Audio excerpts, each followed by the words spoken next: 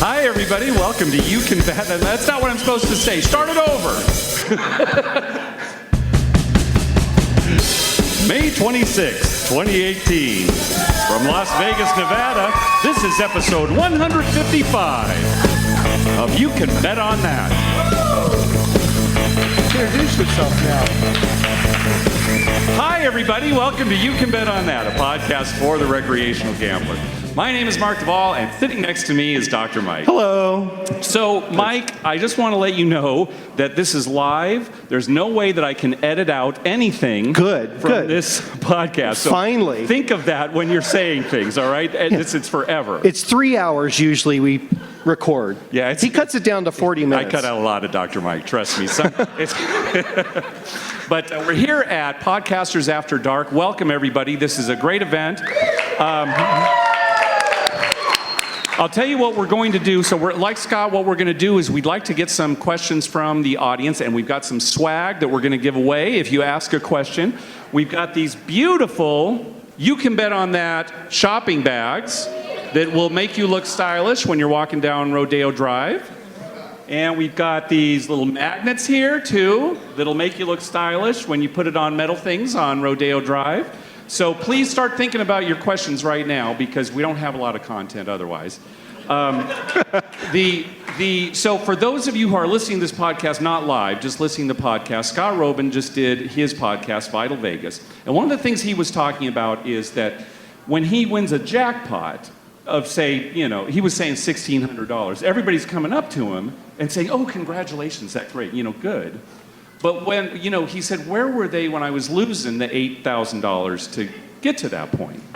So we thought of a great suggestion. Yeah, we've got you covered here, Everybody Scott. should do this now. Just go through the casino, and when you see people playing, and maybe they've played a little bit long, you just go up to them, I'm sorry for your loss. Right? Yeah, right. I'm sorry for your loss. Yeah. If they've had a recent death in the family, it's fine. Yeah, that's right. If they're losing, it's fine. Right? We were even thinking maybe get greeting cards that say sorry for your loss. Maybe you don't even have to say anything. Just, yeah. There you go. You just walk around and put them on chairs. That's right. So do that. So one of the reasons we want to get some questions here is, if you remember a while back, we had a caller who was called into our hotline and was very angry that Dr. Mike and I didn't actually answer the phone. He was upset. He had some questions, some gambling questions, was very upset. I think he cussed and he didn't even ask his question, and that was the end of it. So this is your chance now to ask questions. Let's tell one story while we're waiting. So we're playing at Harrah's here this weekend, and we're playing, Mike is playing the all small tall. All small tall, yeah. And he's got a bet for the dealers. How much did you have for the dealers? Well, I had $10 for them. On each of them? On each of them, and $20 for me. So, that's a pretty good tip for the dealers if it hits. So it turns out that I think this woman was rolling. Yeah. And, in fact, rolled them all, right? Gina was there. Gina witnessed this. Do you see? Yeah. And she did it later. The lady did it later, too. Oh, and Larry, our good friend Larry is out there. Yeah, hit it earlier today. So anyway, that meant, how much did the dealers drop for themselves? Let's see. Well, it was over $1,000, right? Yeah, so it's 700, and 10 times 150. Well, anyway, yeah, for tips, they dropped the $1,000, and this was at Harrah's. We got such a kick out of it because the boxman yelled out, "Take that, Harrah's!" Everybody here. As soon as it hit, he just stood up. "Take that, Harrah's!" And then, this might have even been better. One of the dealers said, "I'm going to Costco tonight." Thinking, not a nice steak dinner or something? Just like, oh, he's loading up at Costco. Because he's loading up at Costco, right? Hot dogs and sodas for everything. I repeated that to a pit boss here, and he said, "Yeah, they have a good chicken bake." That was it. That's what he said. They have a great chicken bake. Chicken bake. So that's what it was. It's actually a pretty good thing to do after that. So we got a kick out of that. And of course they got it. And Dr. Mike is very modest, but he tips the dealers a lot. I wish he tipped me as much as he tipped the dealers. I made so many bets for you today. You didn't win one. No, I didn't win one. So I'm like the kiss of death. So, all right. So Eric Rosenthal's in the audience. Does anybody have any questions? And wait for the mic to come around to you because, again, this is going to go out on our podcast eventually. So if the mic's not there, people might not be able to hear it. So. All right, so we have some questions from Facebook Live first, and I'll just kind of rotate back and forth in between. So, Jay, you got to worry about something. Your wife is online looking to talk to other men. This question comes from the lovely Kelly Kuma, who wants to know, what is your favorite craps bet on the table? Favorite bet? See, I'm just going to let Mike answer this one because anybody who's seen me bet, I'm just betting pass line. I'm not making very interesting bets. So what's yours? My favorite bet is a two-way whirl, a horn high yo, and a three-way 7. He does that on every come-out roll.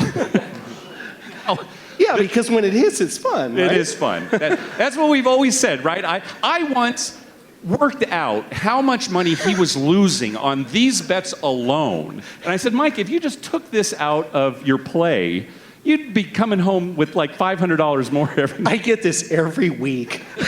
He comes over to my house before we head to the casino. He brings me a spreadsheet of better ways I can play, of what my reward credits currently stand at. He has my passwords always. I do nothing. Just like the podcast, I just show up and Mark tells me what to do. But he does so the two-way whirl, for those who don't know, that's a bet for himself and for the dealers. He is always taking care of the dealers. He's great with that, yeah. All right, any other questions? Our next question comes from Jadan. Hi, Jadan from Southern California. Hi. As a high-low-yo come-out bet person, I understand that, so great. My question is, how do you feel about working and not working on the come-out roll? Because I'm always working. So you're talking about... Are you talking about your hard ways? Your hard ways Hard-ways or, place bets? Any of the above. Anything? You know what? Although there have been times when I've been working, place bets, that kind of thing, I recommend not working only because craps is a negative EV game. And by that I mean in the long run you're going to lose. So when you're off on the come out, you are limiting your exposure to a negative EV game. So that would be my advice. I agree with that, but you got to hop if you've got something pressed up. Mike? And that's not a good bet, but that's what you got to do. It's just what you do, Mark. That's true. You don't have a choice. You just do that. My hard ways are off. Now hop all the hard ways.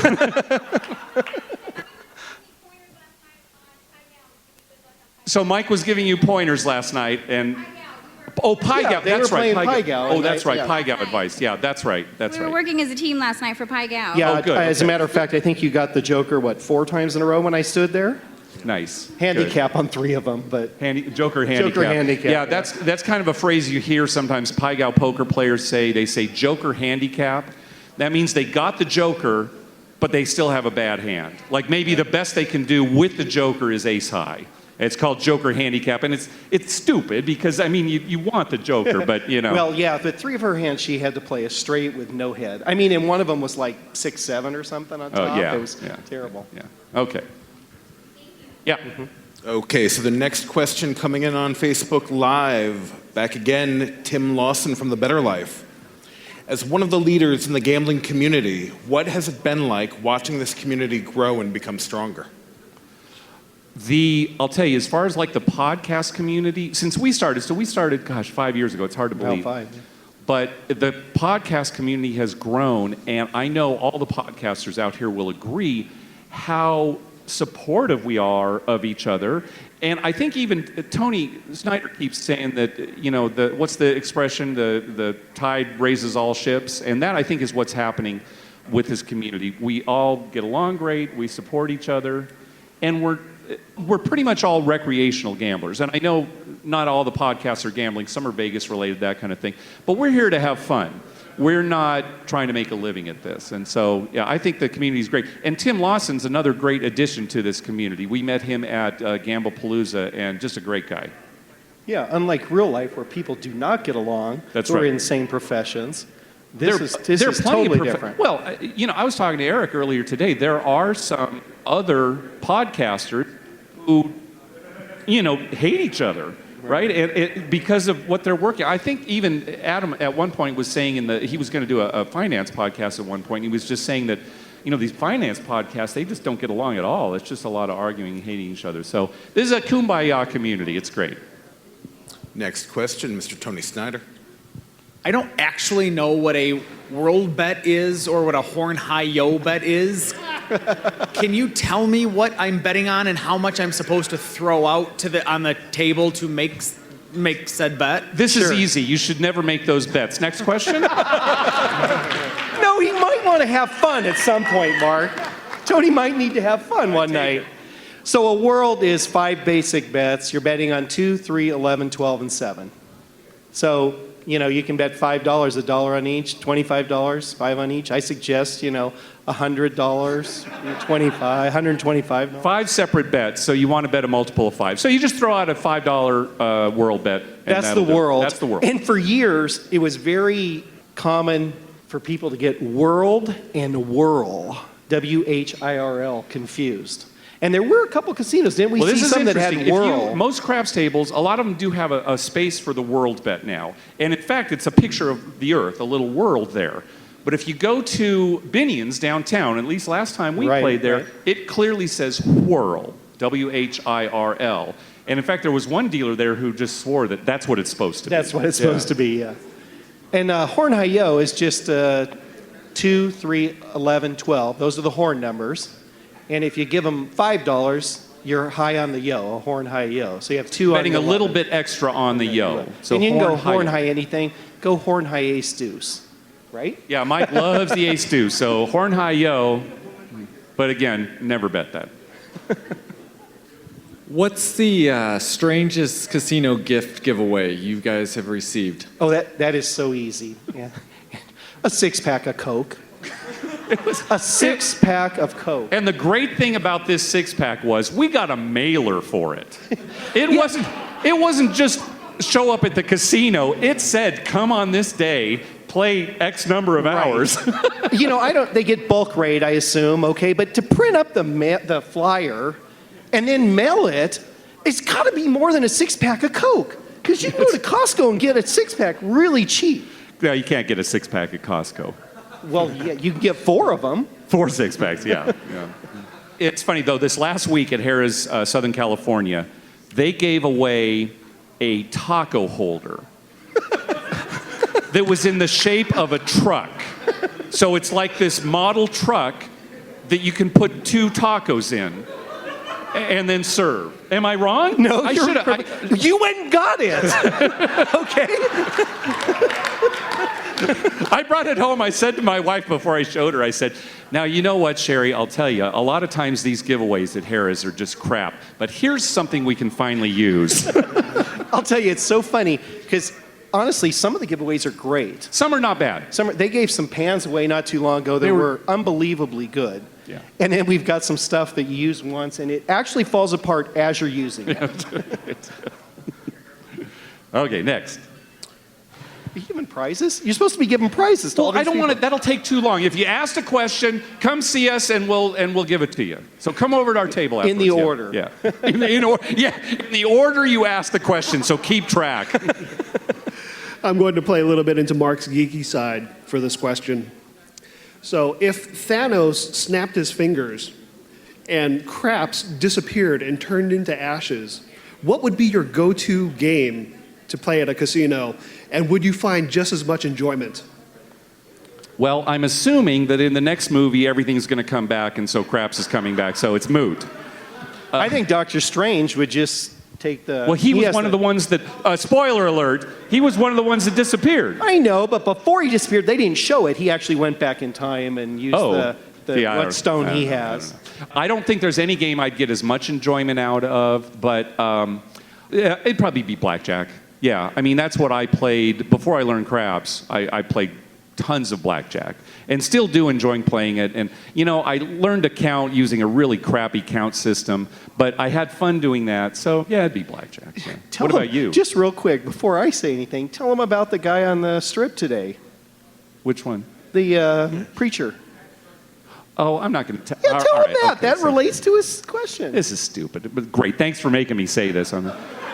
So out in front of, I think it was like between Paris and Planet Hollywood, there was a preacher out there who had a microphone, and he was saying, repent and stuff like that. And one of the things he said was, repent and go back to your first love. And I said, He turns to me, it's blackjack?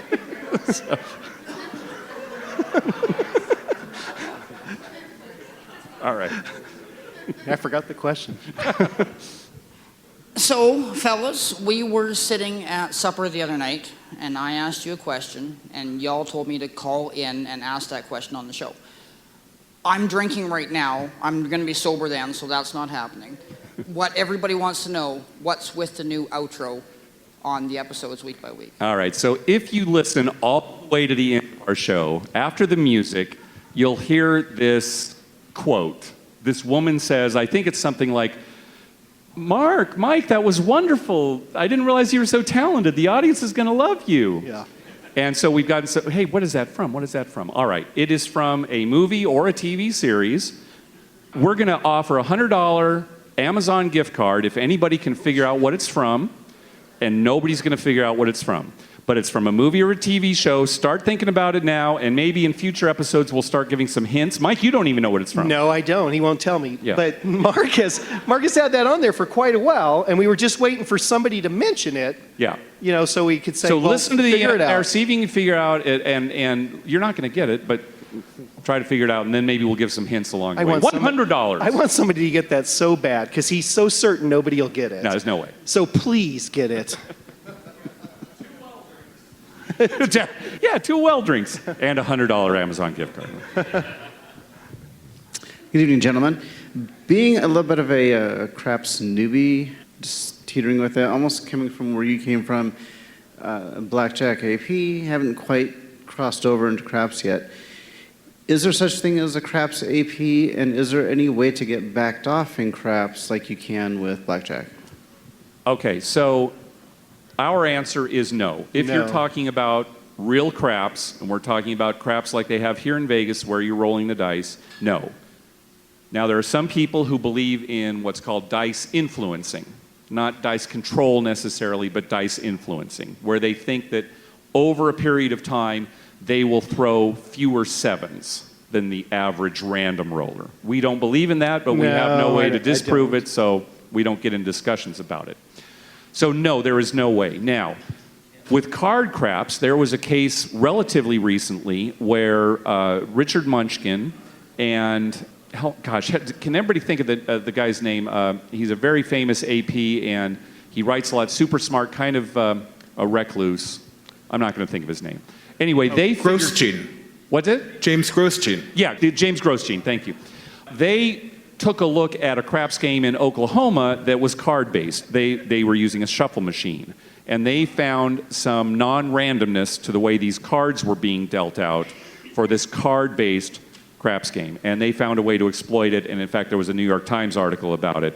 So, you know, in cases like that, yes. But in a regular craps game, no. Unless you believe in dice influencing, it's a negative EV game. There's no way to get over it. In fact, Anthony Curtis today at his panel was listing off all the beatable games, and somebody mentioned craps, and he said, no, that's not one. So, I'm going to send it back over to Facebook Live.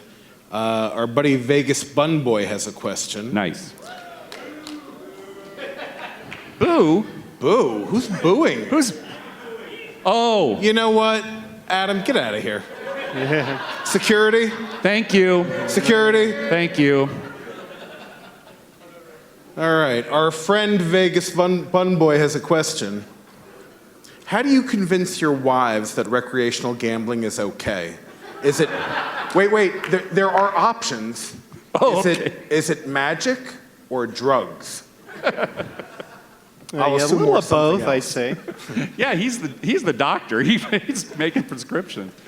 Oh my God, our wives are saints. Yeah. You know, honestly, we're going to the casino every week. I had a poker game, a weekly poker game that we used to do every week, but Dr. Mike doesn't come anymore, so that game's dead. Thanks very much, Dr. Mike. We do the podcast every other week. You know, hats off to them. Really, honestly. No, it's harder on them than us. We got super, super lucky. It's amazing that they put up with us. But I think they know how important this show is to us. Yeah, and it keeps us happy. Well, see, probably more me than you, right? That's true. I'm much happier if I get to go to the casino. every week. Now, honestly, my wife says that I am a happier person since we started the show. So that might have something to do with it. have a question? Yes, you in the front. So, the craps. You probably have a go-to answer, but I don't know what it is. The smartest and the dumbest bets in craps. So the smartest bets are the pass line and the don't pass. Right. Because they have the lowest house edge on the table. Now, having said that, the really smartest bet is taking odds on those bets. Because the casino literally has no edge on those bets. It's a... So theoretically, in infinity, yeah, if you you'd played break even forever, on that. you wouldn't have won or lost on that bet. Now, but you can only make it when you've made a pass line or a come bet. So again, pass line, don't pass, come bet, don't come. What's the stupidest? Stupidest bet is that new... No, it's the field horn thing. high yo. No, it's that new field thing that Caesar's properties have. What's it called? It's called Fielder's Choice. It's a relatively new bet. It's a gimmicky bet. It takes up a huge chunk of the table. It's got a huge house edge. The dealers hate it. Nobody bets it. Don't look for that to stay. Yeah, in the 6 months it's been around, I saw one lady bet it, and she thought she was betting something else. Yeah. No, And she complained when she lost, like, no, I was supposed to win there. And it takes like, up so no. much space, people think they're betting on the field. It takes up more space than the field. So, yeah, that's bad. Now, the stupidest thing that we see people do at the craps table, other than make these high house edge bets, when you're playing the don't pass or don't come, we see people, if the point is 6 or 8, they say no action and they take their bet back, which is incredibly stupid because once you got to that you point, actually have an you're going to edge. get paid even money for a bet that you're likely to win. You're more likely to win than lose. So saying no action on when a don't pass goes up to a 6 or 8, that's the dumbest thing we that's see. probably the dumbest thing you ever see. Yeah. So our buddy Ed from New Jersey, I'm included in this question. All right. So Dr. Mike claimed that he was going to yell Muckleshoot at the craps table, and Eric was supposed to throw the dice and yell Yahtzee. Did either happen? Not yet. Not yet, but it's coming. I'll agree on my end as well. Not yet. Yeah, not All right. yet. Yeah, but see, now if you do it, you're going to have to do it at a real table, right? Because the tournament's over. So that's going to be rough. I want to be there for it. We'll make it work. All right. And then, Mike, are you going to say Muckleshoot or Muckleshoot? I'm going to say Muckleshoot because a good friend of ours says that's the right way to say it. We actually had this last episode. We had one of our listeners said, "Oh, it's actually pronounced Muckleshoot," but then we had some people say, "No, it's Muckleshoot." So we don't know. We don't live there, but yeah, okay. So, Mark, if you're all about positive EV games, how do you even tolerate playing craps? That's a good question. You don't even press your hard ways. Come on, answer that. I don't have the patience to sit and really play a positive EV game. Oh, you know what? I'll tell you. I love playing poker, and I think I'm a pretty good poker player. He is a very good poker. He's a very good poker player. You should be playing that all the time. Yeah, but see, I don't have the patience for it. If I came to Vegas and I had to play poker the whole time, I'd be thinking, I wish I were in the craps table with Mike. It's more fun. That's all it comes down to. It's more fun. But he has no patience. Today at Planet Hollywood, a dealer asked him why he couldn't stand still because he was pacing back and forth. Yeah, if you've ever seen me, I can't even stand at the table because it's like, oh my. And everybody's, oh my gosh, craps is such a fast game. And I'm thinking, come on, just roll. Okay, I know you guys are big horse racing fans, so is Justify a good bet for the Triple Crown? No. We don't think so, but prove us wrong. I think we talked about in the last show, if you saw the Preakness, he won. I mean, he easily won, but there were some horses that were coming up at the end there, and we're thinking the distance for the Belmont, no, he's not a good bet. And they always put a few horses in at the Belmont that are distance runners that specialize Right, it's not in like that. all the same horses run in all 3 races. You know, there are these specialized races. It's like the guy that runs 100 meters and then he enters into the 200, but there's a couple of guys that all they do is the 200. That's what the Belmont. And there's also a difference between do you think Justify is going to win and do you think he's a good bet? And those are 2 different questions. We talked about this too. You know, if the odds aren't right, horse bettors won't bet on a favorite if they're just not getting enough return because they're not guaranteed to win. So we say no. We'll see in 2 weeks. Yeah, 2 weeks. So some of our friends that we meet, we don't actually know what they look like. They're Twitter friends. So I found out that this is two-way hard 8. and he has a question for you. Hello. So you guys get to play on one last craps table for the rest of your life. Any table, any casino, past or present. Which one? Hey, you say what I would play. It would be Harrah's where we play, no? No, for the rest of my life, I'm just going to play at this one table. If I could go there. I don't know, the Caesar's Palace, the one, see, now I don't know. Just yeah, answer. Caesar's Palace, Oh, okay. the one we hit the fours on. Okay, so yeah, at Caesar's Palace, there is a table. If you're at the cashier and you're looking at the craps area, it's the first one on your left. Not only did we hit a bunch of fours that we had pressed up to $5,000 each, it was amazing, both of us started at $25 bets and pressed it up to $5,000, and it hit at $5,000, which was the maximum at Caesar's Palace at the time. That exact same table is where I rolled a 6-number fire bet on my birthday. So that's where we'd go. You know what? Plus, we cashed out for $40,000. That helps too. That's why we go to that table. That'd be my answer too. Yeah. And I have a question for the person who asked the question, David. Are you pretty proud of Mark? You proud of me? You're so proud. We're at Planet Hollywood today. Not yeah, so much. exactly. I'm not Thank you. Exactly. Yeah, so Mike was putting pressure on me. Make David proud, make him proud. And I did, didn't I? Yeah, I had a good roll. All right. Next question. Hey, fellas. So is it better to bet at a table with a large crowd or a smaller group of people? It's better to bet at a large crowd for rating purposes because the game is going to move slower, but you're probably going to be rated at the same rate as if you were at a table with not as many players. Do you agree? That's 100%. However, we always like to go to a table that's empty because we can't stand those slow rolls. Yeah, and talking about me not being patient, we go to empty tables. But really, it's better to go to full table, not because you're more likely to win, but because you're going to get rated better for less amount of playtime. Right. Hello. For Gamblepalooza, you had mentioned, Dr. Micah, about a basic strategy. Just for keno, what you'd like to play. It really flew over my head. What is that? 2, I'd like to say thank you for always being approachable at all of these events and enjoy it. 3, where are you guys going to play tonight? Okay, for keno, because $20 bills are so easy to pull out of my pocket, I like to play a $15 20 spot. They have the 20 spot special. I put $5 on that. $5.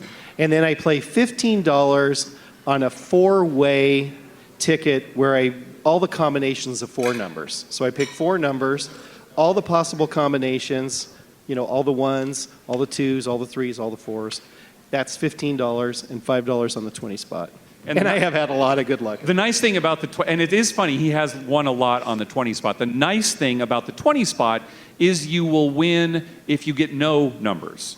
You'll win if you get 1 number. I think you win if you get 2 numbers. Yeah, you win if you get 2. And then the one, once you get to 3, 4, 5, 6, losers. 7, you don't win. And then, the higher ones. I'm really good at getting nothing.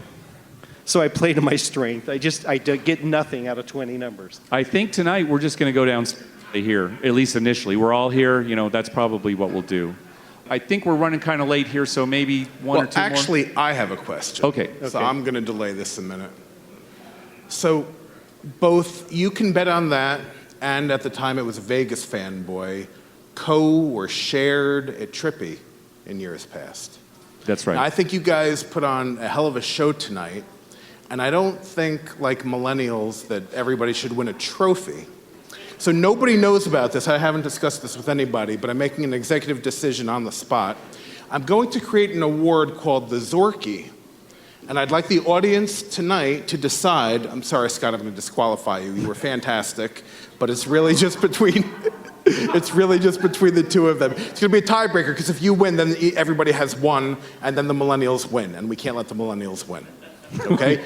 Would you be willing to enter into a friendly wager between yourself and now Travel Fanboy over a Zorkie that I will provide? I don't know what a Zorkie absolutely. We'll win hands down. Yeah. There's no question. Have you heard his show? Oh, my God. Yeah, we'll do it. Yeah. All right, I think that's our time. Thank you very much. Hey, you know, Thank you. thanks. And hey, I'll tell you what, how professional, how fantastic is Zorkfest? Man, when we got here, I mean, just unbelievable.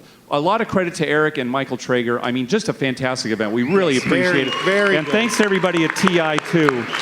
I mean, it's just great. And honestly, Mike and I, we love doing this show. It's a big part of our lives. When we started, we had no idea, what to expect. And it's just great. We love to meet everybody. It's nice to be able to talk about these things with other people, not just between the two of us. Right, exactly. So that's great. So don't forget to get your prizes. yeah, come on over, get your prizes. And then, again, sorry, you got to listen to Adam's show now. Yeah.